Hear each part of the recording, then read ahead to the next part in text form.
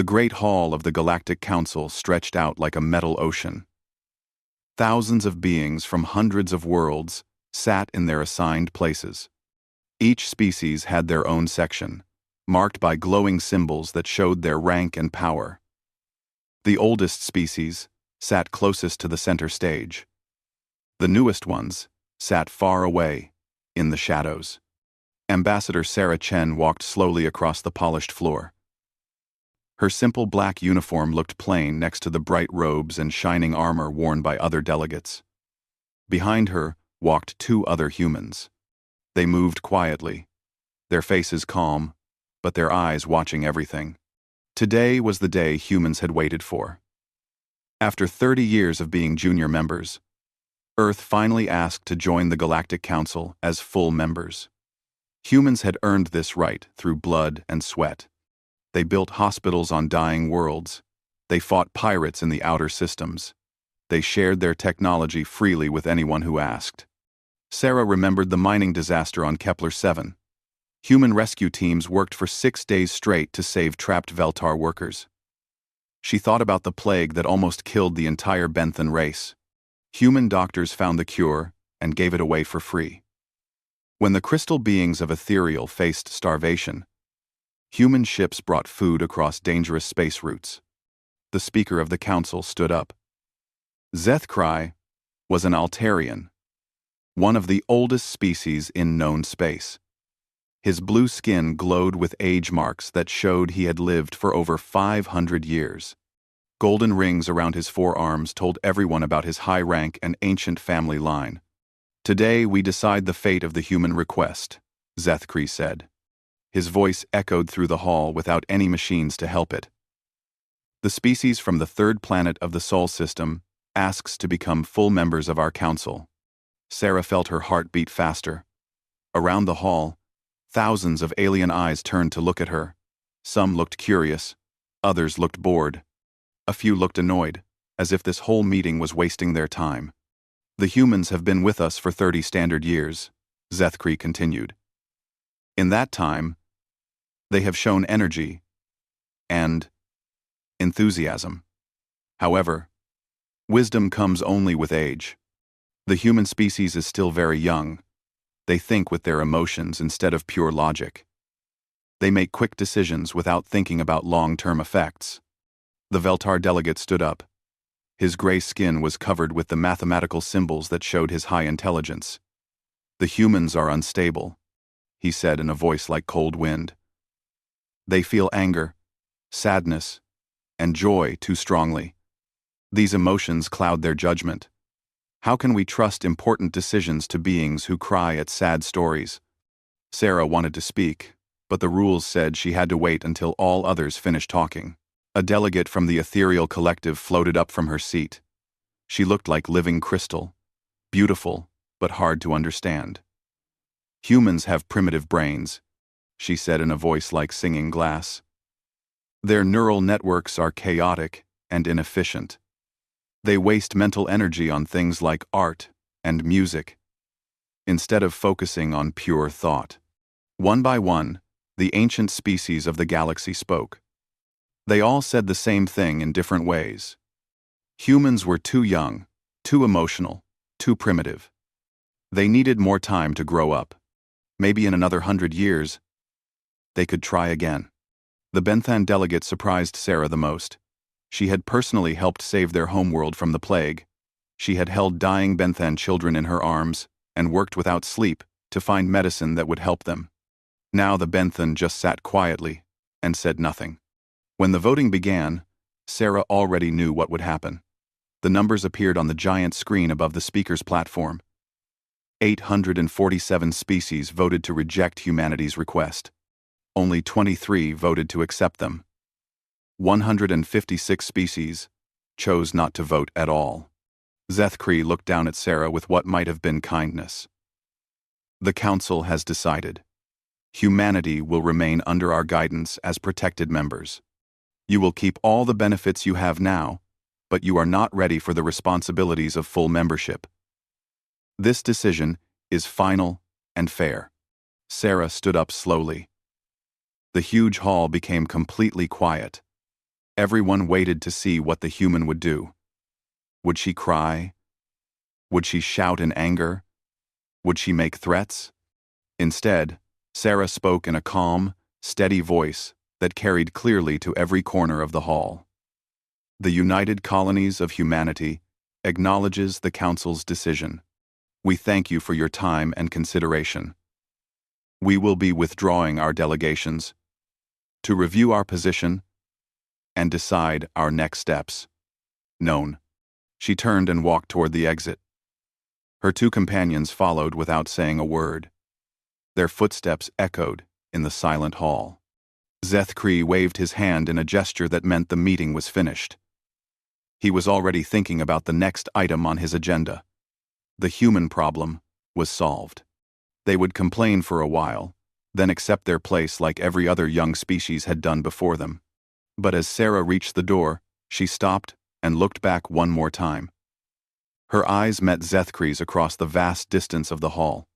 For just a moment, the ancient speaker felt something he had not felt in many years. It was uncertainty. Then the humans were gone, and the hall filled with the noise of delegates talking about more important matters. Nobody noticed that the three humans had not looked sad or angry. They had looked determined. Within hours, messages were flying to every human colony and station across the galaxy. The withdrawal had begun. The message reached every human outpost at the same time. It was simple and clear. Come home. Dr. Lisa Park was working late in her laboratory on Station Omega when her communication device beeped. She read the message twice, then looked around at her research. For 5 years, she had been working with Veltar scientists to develop new medicine. Tomorrow, they were supposed to test a cure for a disease that killed millions across the galaxy each year. She started packing her personal items. "What are you doing?" asked Dr. Kethvar, her Veltar partner. His gray skin showed the blue patterns that meant confusion. "I'm going home," Lisa said simply. She carefully removed the human-made computer that contained all her research notes. "But we're so close to finishing the project," Kethvar said. "This medicine could save countless lives." Lisa paused in her packing. "The research will continue. You have all the data we collected together. The parts I developed alone." She shrugged. "Those were my contributions to the partnership." Across the galaxy, similar scenes played out. Human engineers quietly shut down their workstations and packed their tools. Human traders finished their current delivery contracts, but refused to sign new ones. Human diplomats cleaned out their offices and sent polite goodbye messages to their contacts. On the trade moon of Xeris 7, Merchant Prince Tholan watched human cargo ships lift off from his spaceport. His purple skin turned darker with worry. "Where are they going?" he asked his assistant. "Back to human space, sir," came the reply. "All of them." Tholan tried to call Captain Rodriguez, who had been running cargo through the dangerous Maelstrom sector for 10 years. The call went unanswered. He tried calling the human shipping company that handled 60% of his business. Their office was closed. The galaxy's news networks treated it like entertainment. "Humans throw galactic tantrum," read one headline. "Emotional species proves council." "Right," said another. Talk shows across dozens of worlds made jokes about human pride and childish behavior. But some people noticed details that were not funny. Admiral Yith Al of the Altarian Navy was reviewing fleet reports when something caught his attention. The humans had not abandoned the joint military base on Frontier Station. Instead, they had carefully removed only the equipment they had brought with them. The fusion reactors that powered the base were still running, but the control systems that made them efficient were gone. "How much of our fleet coordination depends on human systems?" he asked his staff. The answer worried him. Human computer networks handled communication between different alien ship designs. Human logistics officers planned supply runs through dangerous space. Human tactical advisors had written most of the current combat manuals. On the research station where Dr. Kethvar worked, experiments began failing. The quantum computer that processed complex calculations stopped working when Lisa Park's security codes were removed. The biosamples that had been kept stable for months started dying when the human-designed life support systems were taken away. "I don't understand," Kethvar told his supervisor. Dr. Park said she left all the shared data. But nothing works anymore. His supervisor, an older Veltar with many decades of experience, looked at the failed experiments with growing alarm. "Perhaps the data was not the most important part," he said quietly. The Benthans discovered their problem 3 weeks after the humans left. Their planetary defense system, built with human help after their homeworld almost died, began showing warning lights. Critical systems were failing one by one. The Benthan engineer tried to fix the problems using the technical manuals the humans had provided. But the manuals assumed knowledge that the Benthans did not have. They described what to do, but not why it worked, or how to solve new problems. When the shield generators that protected their major cities went offline, the Benthan government sent desperate messages to every human colony they could find. The messages came back with automatic replies. "The United Colonies of Humanity are currently reviewing their galactic relationships. We will respond to all communications after this review is complete." 6 months after the Council vote, humanity had vanished from galactic civilization. Their colonies still existed, but they no longer answered calls from non-human species. Their trade ships no longer traveled the major space routes. Their scientists no longer attended conferences or shared research. It was as if 3 billion humans had simply decided to stop talking to the rest of the galaxy. The economic effects started small. A trade route became too dangerous to use without human escort ships. A research project stalled because human creativity was needed to solve a complex problem. A diplomatic crisis went unsolved because human mediators were no longer available. Speaker Zethkri noticed the problems in his monthly reports, but he was not worried. Young species always caused some disruption when they learned their place in the galactic order. The problems would solve themselves in time. But Captain Wei Zhang, formerly of the Council Defense Force and now commanding a human exploration ship, was not sitting idle. Far beyond the borders of Council space, he was meeting with species that the Council had never bothered to contact. Small colonies that had been overlooked. Refugee groups that had been ignored. Independent traders who lived in the empty spaces between the great powers.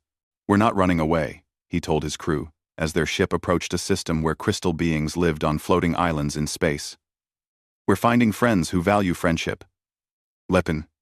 The crystal beings had been rejected by the Council years ago for being too primitive. But when Captain Zhang offered to trade human food for their beautiful artwork, they welcomed him with joy. When his ship's doctor helped treat their sick children, they offered him a place in their floating cities. Word spread through the forgotten corners of the galaxy. The humans were back, but they were different now. They were not trying to join anyone else's club. They were building their own. And they were not building it alone. The alarm bells rang across Nexus Prime at exactly 0347 station time. Speaker Zethkri was pulled from his sleep by the emergency signal that had not sounded in 50 years. "The Devourers have returned," his aide said breathlessly. Zethkri felt his blood turn cold. The Devourers were nightmare creatures from outside the galaxy. They ate entire worlds, turning planets into empty husks. 50 years ago, they had invaded through a tier in space near the outer spiral. Only a massive defense led by human Admiral Marcus Webb had stopped them. "How many ships?" Zethkri asked, as he rushed to the command center. "Hundreds, sir. Maybe thousands. They're pouring through the same dimensional rift." In the command center, holographic displays showed the invasion fleet. The Devourer ships looked like living creatures made of metal and flesh. They moved in swarms, attacking from all directions at once. Admiral Yithal stood before the main display, his 4 arms moving rapidly as he coordinated the defense.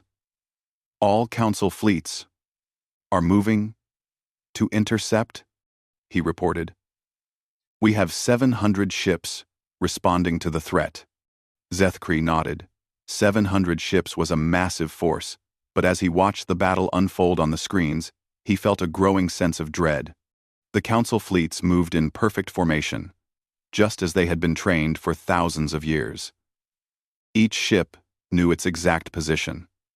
Each captain followed the ancient rules of space combat. It was beautiful, orderly, and completely ineffective.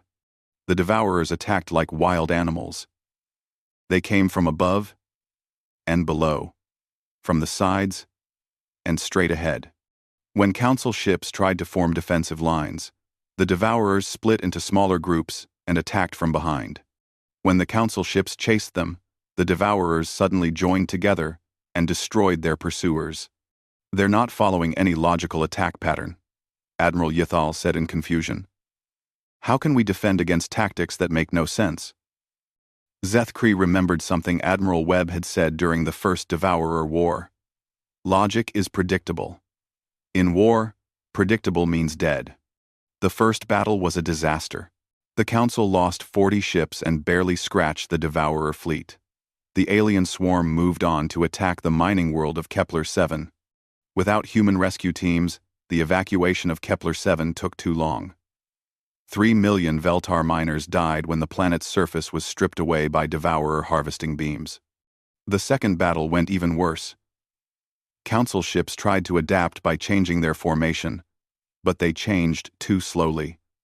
The Devourers seemed to learn and evolve their tactics every few hours.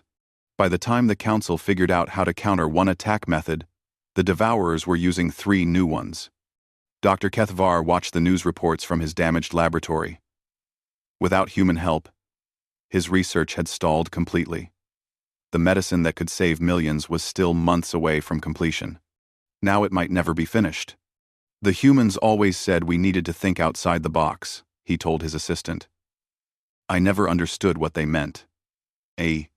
On Xeris 7, merchant Prince Tholan watched his business empire crumble. Without human ships willing to brave the dangerous routes, his supply chains had broken down. His warehouses were full of goods he could not deliver. His customers were buying from competitors who still had working relationships with human traders. The economic collapse was spreading.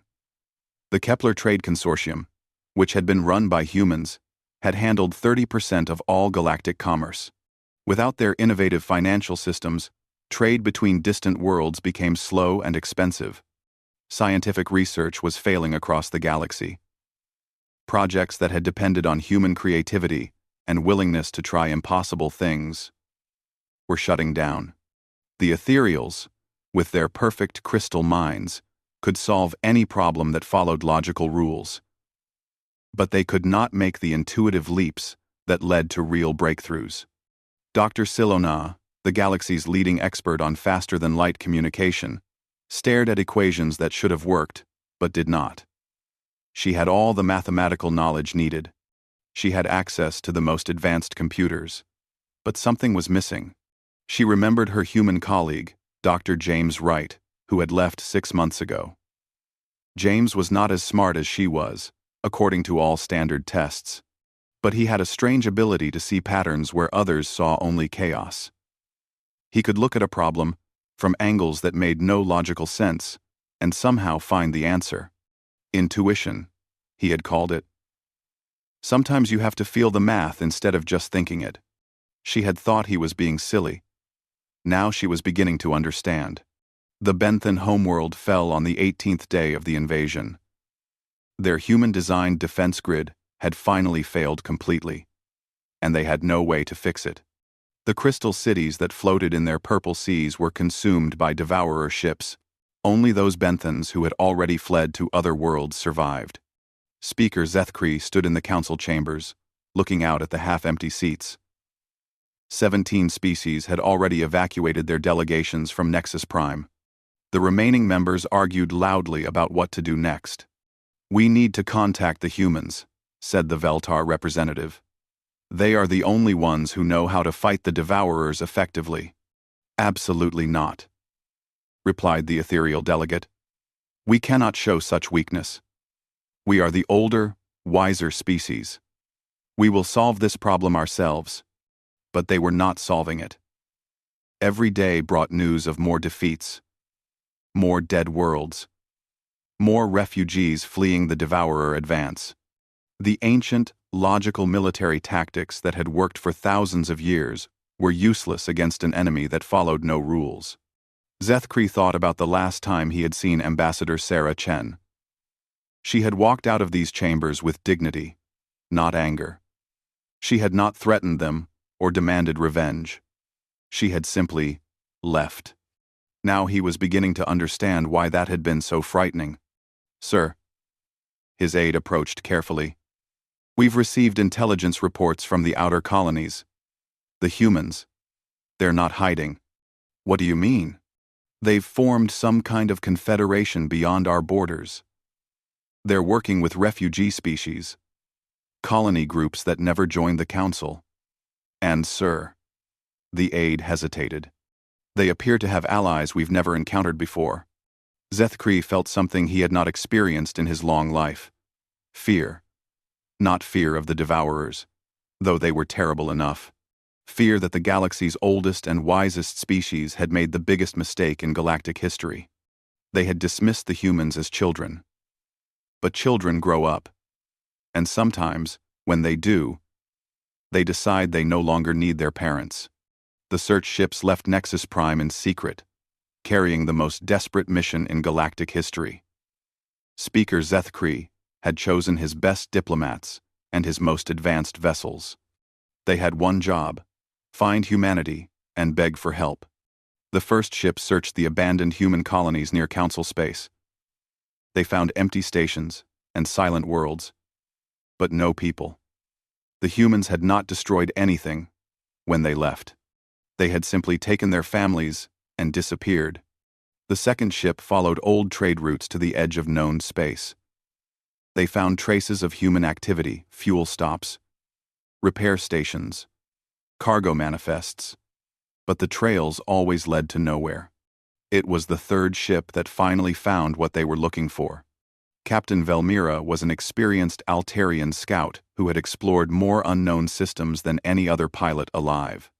When her sensors detected an artificial signal coming from a star system beyond the galactic rim, she almost ignored it. The signal was too weak, too far away to be anything important. But she was desperate, so she followed it. What she found changed everything she thought she knew about the galaxy.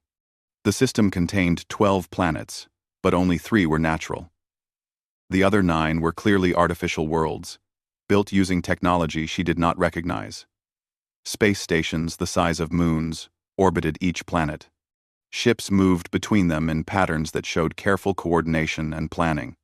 "This is scout ship times, seeker times, requesting communication with local authorities." Captain Velmira transmitted in standard galactic language. The response came immediately, in perfect Altarian. "Scout ship times, seeker asterisk. You are welcome in Confederation space. Please follow the beacon to New Geneva Station for diplomatic processing." The beacon led her to a massive station that dwarfed anything the Council had built. But what shocked her most was not the size of the station. It was the variety of ships docked there. She recognized some designs: human, Kthari, and the crystal ships of the singing people from Melodia. But there were dozens of others she had never seen before. Ship designs that looked like they came from entirely different traditions of space travel. At the docking bay, she was met by a human woman in a simple blue uniform. "Captain Velmira," the woman said with a smile. "I'm Commander Sarah Park. Welcome to the Terran Confederation." "Are you related to Dr. Lisa Park?" Velmira asked. The name seemed familiar. "My sister," Sarah replied. "She's working on the new medical center on Harmony World. She's made remarkable progress with her research, by the way. The medicine she was developing is now saving lives across 3 dozen systems." As they walked through the station, Velmira tried to understand what she was seeing. The corridors were filled with beings from many different species, but they all wore the same simple uniforms. They worked together in mixed groups, human and alien side by side. "How many species belong to this confederation?" she asked. 47 as full members, Sarah answered. another 23 as associate partners. And we have trade agreements with over 100 independent colonies. Velmira stopped walking. That's impossible. The Council has contacted every spacefaring species in the galaxy. Sarah's smile was sad but not unkind. The Council contacted every species they considered worth talking to. There were many others they ignored. They entered a conference room where a human man was waiting. He was older than Sarah, with gray hair and calm eyes. When he stood up, Velmira recognized him immediately. "Admiral Marcus Webb," she said in surprise.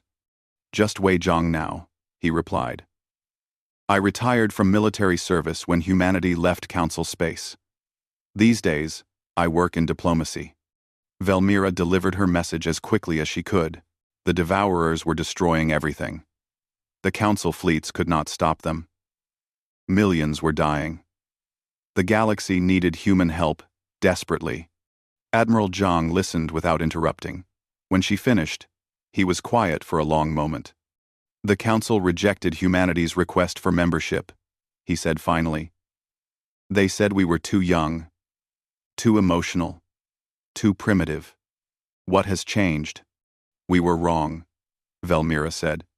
It was hard to admit, but it was true. "We need your help." "And if we help you defeat the Devourers," Zhang asked, "what happens then? Do humans go back to being junior partners, under Council guidance?" Velmira did not have an answer for that question. Zhang showed her around the Confederation worlds over the next 3 days. What she saw amazed and troubled her. The humans had not spent their exile in bitterness and isolation. They had built something new.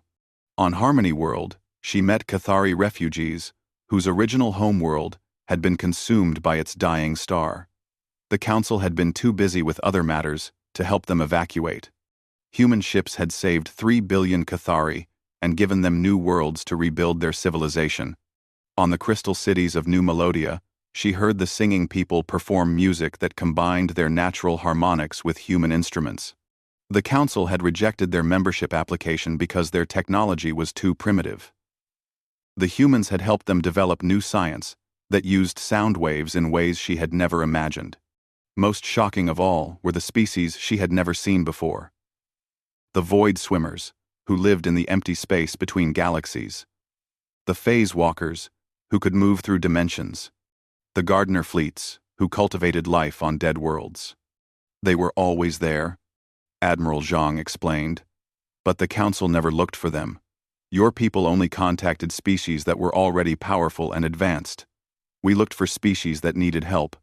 On the final day of her visit, Velmira was invited to observe a Confederation Council meeting. Unlike the grand chambers on Nexus Prime, this room was simple and comfortable. Representatives from dozens of species sat in a circle, each voice carrying equal weight. The topic was her request for military aid against the Devourers. "The Council species are not our enemies," said a Cathari representative. "But they are also not our friends. Why should we risk our fleets to save people who would not save us?" A human delegate disagreed. "Innocent people are dying. That alone is reason enough to act." The debate continued for hours.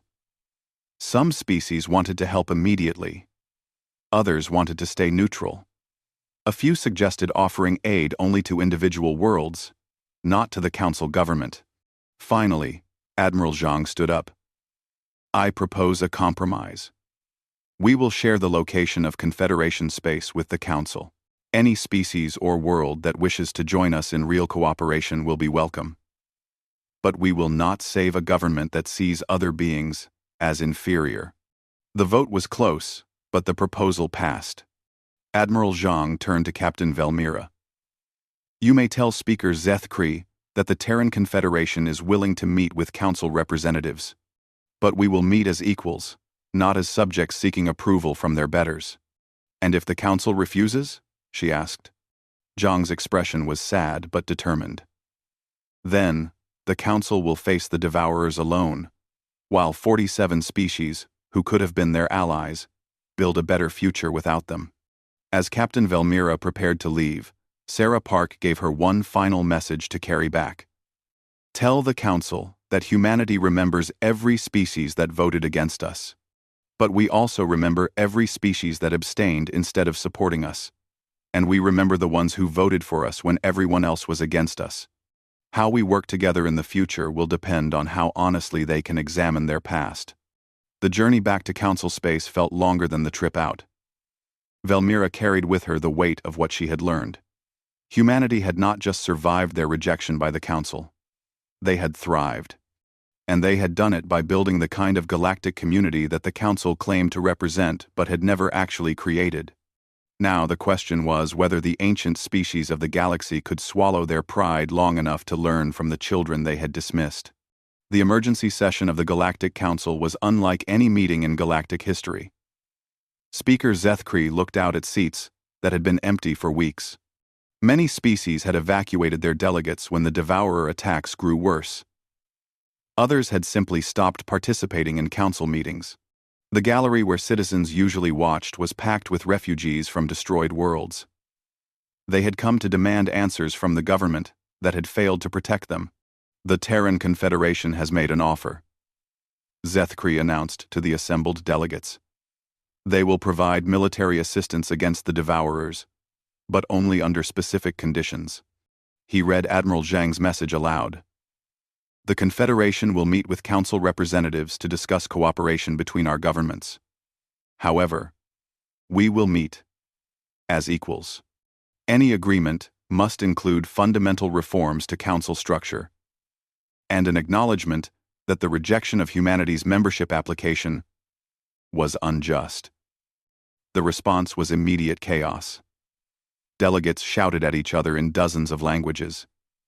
The older species were outraged at the demand for an apology. The younger species were desperate enough to agree to anything. Thanks for watching. This is blackmail, declared the ethereal representative, her crystal body glowing with anger.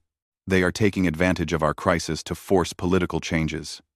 They are offering to save us, replied the Benthan delegate quietly. My homeworld is gone. My people are scattered refugees. If admitting we were wrong can prevent more deaths, then I will admit it gladly. The debate raged for hours. Some delegates accused humanity of opportunism and greed.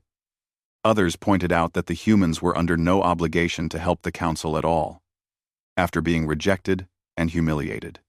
Dr. Kethvar, now serving as a temporary Veltar representative, stood up to speak.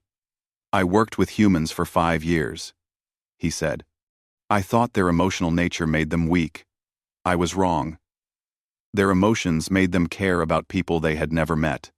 When my research station was attacked by pirates, human ships came to help us even though they received no payment. When the plague struck Rigel colony, human doctors worked without rest to save alien children. He paused, his gray skin showing the blue patterns of shame. We called them primitive because they felt sadness when others suffered. We said they were unstable because they felt joy when they succeeded. But emotions are not weakness. Emotions are what makes someone care enough to help strangers. The real crisis came when Admiral Zhang's next message reached not just the Council, but every inhabited world in known space. It was broadcast on all communication networks, translated into hundreds of languages. Citizens of the galaxy, the message began. The Terran Confederation offers aid to any world threatened by the Devourers. We offer membership to any species committed to cooperation and equality. We offer sanctuary to any people fleeing oppression or disaster. You do not need permission from the Council to contact us. You do not need to be powerful or ancient to join us. You need only to believe that all thinking beings deserve respect and freedom. The response was immediate and devastating to Council authority. 17 species formally announced they were leaving the Council to join the Confederation. 43 individual worlds declared independence from their home governments. The major trade guilds began moving their operations to Confederation space. Zethkri watched his civilization crumble in real time. Species that had been loyal Council members for thousands of years were walking away. Young civilizations that had dreamed of council membership were choosing the human Confederation instead. "Sir," his aide reported nervously, "the Veltar High Council has voted to open negotiations with the Confederation. The Altarian Senate is debating a similar measure. Even some of our own colonial governors are asking for permission to contact human representatives." That night, Zethkri received a personal message from Ambassador Sarah Chen. She invited him to a private meeting on neutral ground, not as representatives of rival governments, but as two beings who had seen the best and worst of galactic civilization. They met in a simple garden on the human world of New Geneva. Chen was older now, her hair touched with gray, but her eyes still held the same calm strength he remembered from that day in the council chambers. "You came," she said, gesturing to a bench under flowering trees. "I had no choice," Zethkri replied. "My civilization is falling apart." "No," Chen said gently. "Your civilization is changing. That's not the same thing." They talked through the night about the mistakes that had led to this crisis. Zethkri admitted that the council had become too focused on maintaining their power instead of serving their people.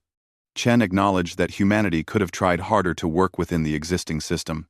"What do you want from us?" Zethkri asked finally. "We want what we always wanted," Chen replied.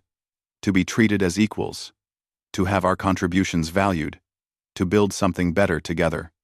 And if the council admits we were wrong about humanity, then we can start working on the things that really matter. Stopping the Devourers, helping refugee species, exploring the galaxy together, building a civilization based on cooperation instead of hierarchy." The Treaty of Seoul was signed 6 months later in the same garden where Zethkri and Chen had talked. The agreement formally acknowledged that the Council's rejection of humanity had been unjust and committed both governments to fundamental reforms. The Council would restructure itself as a confederation of equal members rather than a hierarchy based on age and power. The Confederation would share its military innovations and coordinate with Council forces against the Devourers. The war against the Devourers ended 3 weeks after the first joint human Council fleet engaged the enemy. The ancient species provided massive firepower and perfect coordination. The humans provided tactical flexibility and the ability to adapt quickly to changing conditions. Together, they were unstoppable. But the real victory was not military. It was the transformation of galactic civilization itself. Zethkri stood in the new council chamber, looking at the circular arrangement of seats where every voice carried equal weight. There were no special places for older species, no distant corners for the newly arrived. Human delegates sat next to Altarian senators. Cathari refugees worked alongside ethereal crystals. Ambassador Chen, now representing the Terran Confederation as an equal member, was listening to a proposal from a species that would have been rejected as too primitive under the old system. The Moss people grew forests that could clean the atmosphere of dead worlds. Under the old rules, their simple technology would have disqualified them from membership. Under the new system, their contribution to galactic healing made them valuable partners. "The vote on accepting the Moss people as full members," Zethkri announced, "is unanimous." After the session, Chen approached him with a smile. "How does it feel to be part of something better?" Zethkri considered the question. The new system was messier than the old one. Decisions took longer when every voice had to be heard. There was more debate, more disagreement, more chaos. But there was also more laughter in the halls, more innovation in the research centers, more hope among the refugee camps, more species asking to join every month. "It feels like we finally grew up," he said.